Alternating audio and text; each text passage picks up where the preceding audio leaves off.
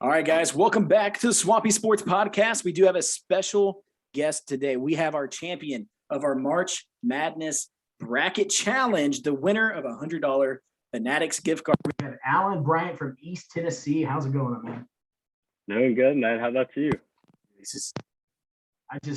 Good. I'm glad I'm talking to you because, I'm not gonna lie, I was looking at your bracket here, and it seems like you would just think, I don't know if this is luck of the draw or if you're just an avid college, basketball fan or what, but looking at your bracket and seeing the amount of mistakes that you don't have on this bracket in a lot of these regions is pretty impressive, to be honest with you. Yeah, man, I'm looking back at it now and I can't even believe it. Just that getting three out of the four Final Four teams. I'm just thinking how many brackets actually did that, Yeah, none. I'd say it's a small percentage. Very small. Well, dude, you're a very small percentage in general because on ESPN, you finish in the top 22,000. When people hear that, they're like, "Oh, okay, that's decent, right?" But dude, the top 22,000 out of 17.3 million brackets. That's a feat in all of its own, dude. So congratulations on that, dude. I appreciate it. I really do. Yeah, man, it's just one of those things. This is why we love March Madness, right? Do you fill one of these out every year, or how do you? Or is it just your first time? Oh man, I fill at least 10, 15 of these things out every year. I mean, how can you not? Yeah. Now I'm already missing March Madness, and it's what a couple days. Yeah, 7 days in April. So yeah, that's awesome, man. Well, where are you from? Where at in Tennessee do you live? So East Tennessee, just south of Knoxville. Big UT fan, University of Tennessee. I actually had season tickets to UT basketball this year. And I'm looking back at my bracket right now. And obviously it's so hard not to pick Tennessee because that's my team. You didn't let the love of Tennessee blind you to have them losing in the second round there. So hey, kudos to you. Yeah. I mean, out of all of my brackets, I'm pretty sure this is the only one where I had UT losing in the second round. Well, hey, this is good. This is it, right? Is this the only group that you won the challenge in? I actually found 2 or 3 more groups and had this bracket in those as well, and I won those. Okay, so that makes a lot of sense, to be honest with you. Makes a lot of sense. But dude, there's this one thing that really stood out to me, which was your West bracket, right? And this is the one with the number 1 overall seed, Gonzaga, all that. Dude, you only had 2 incorrect picks the entire West bracket. So, well, first off, you had Memphis beating Gonzaga in the second round, which is a pretty ballsy pick. And but hey, that's how you do this, right? You have to make some ballsy picks. And then the other one was you had Alabama beating Notre Dame in the first round. But this isn't college football, so come on, man. I don't know what you were thinking about there, but dude, this whole West bracket, you had, like you said, you still had 3 out of the 4 Final Four teams, which is pretty amazing. And the fact that let's look here. So you had Michigan State, Duke, all right, and then Duke, of course. Okay, let me ask you this: are you really high on Duke or something like that? Because hey, they made it all the way to the Final Four, but a lot of people didn't think they would do that. Yeah, I was not picking Duke a lot in my brackets. This is one of the few that actually had them going to the Final Four. Mm-hmm. So I guess I just got lucky on that one. Oh yeah, well, if we're gonna go to teams that no one expected to do anything, that was definitely North Carolina, the 8 seed, and that's the one team you did not have making to the Final Four, but you did have them in your Sweet 16. But how? Let me ask you this: did it get to the point where you did not care about your brackets at all because you had St. Peter's, North Carolina making these runs at all? That's how I was. I didn't care about my bracket. Absolutely, mate. And once you see those teams making those Cinderella runs, how can you not? Or how can you root against them, Yeah, no, 1,000%.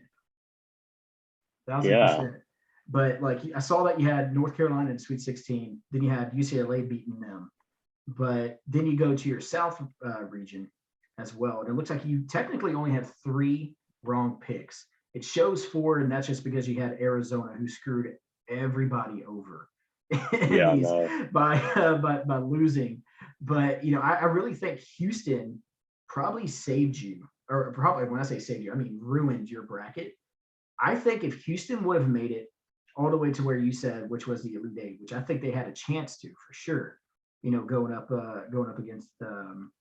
I'm sorry, they made it to the Elite Eight. But if you would have had Arizona making it all the way to the Elite Eight, which I know they could have, I think you could have been a top 100 bracket. Like, not even like that's not even up for debate. That would have been a top 100 bracket.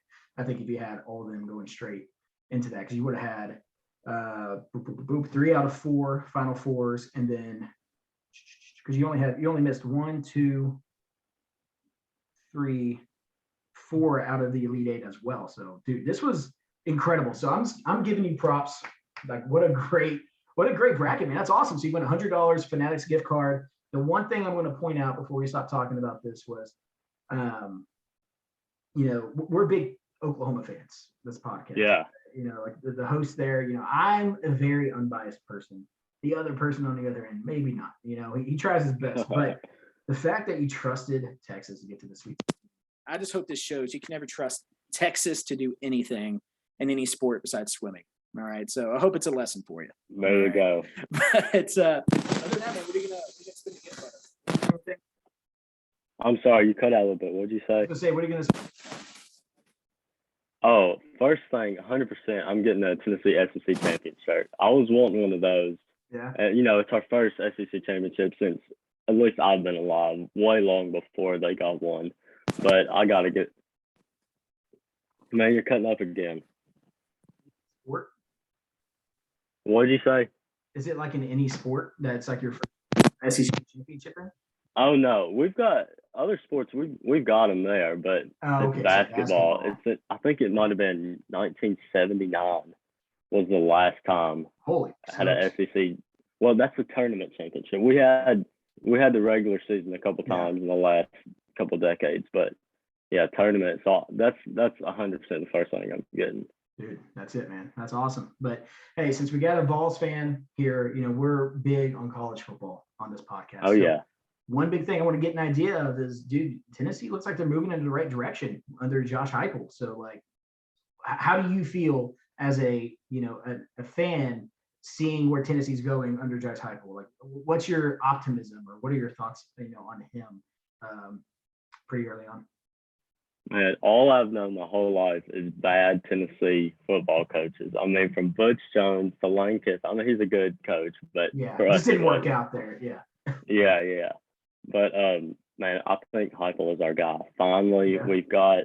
I mean, just you see the numbers he puts up on offense, just breaking school records and just top everything in the country when it comes to offense. So here in Knoxville, we're really excited about him. So we'll see what happens. Yeah, and just the fact that you're going to have Josh Heupel and the offensive talent you're going to get, right? But then you also just have the brand of Tennessee already being in an SEC. You feel like you can get defensive talent to where you guys can get competitive enough to where it's really going to help you guys out on the recruiting trail. So, hey, I think Tennessee's got a shot, especially being in the East right now. I think they definitely have a shot to be, I don't think anyone's going to be up to Georgia standards in the next year or two, right? But heck, you guys got Florida, who's kind of down on the downfall right now. This is y'all's chance to be the competitor for sure. Hey, I hope so, man. I'm ready for some winning football in Knoxville. It's about time. That's it, man. That's it. Well, hey, dude, appreciate you coming on. I just wanted to show you off to everybody. Hey, man, keep in touch. Hey, keep engaging on Twitter, stuff like that. And good luck to your Vols football season this year. And hey, feel free to talk some trash if you want. Okay, we're all for it. Absolutely, man. I'll be checking out the podcast from here on out. I won't miss an episode. So I appreciate good, you man. guys. Sounds good. Hey, no problem, man. You have a good one. You too.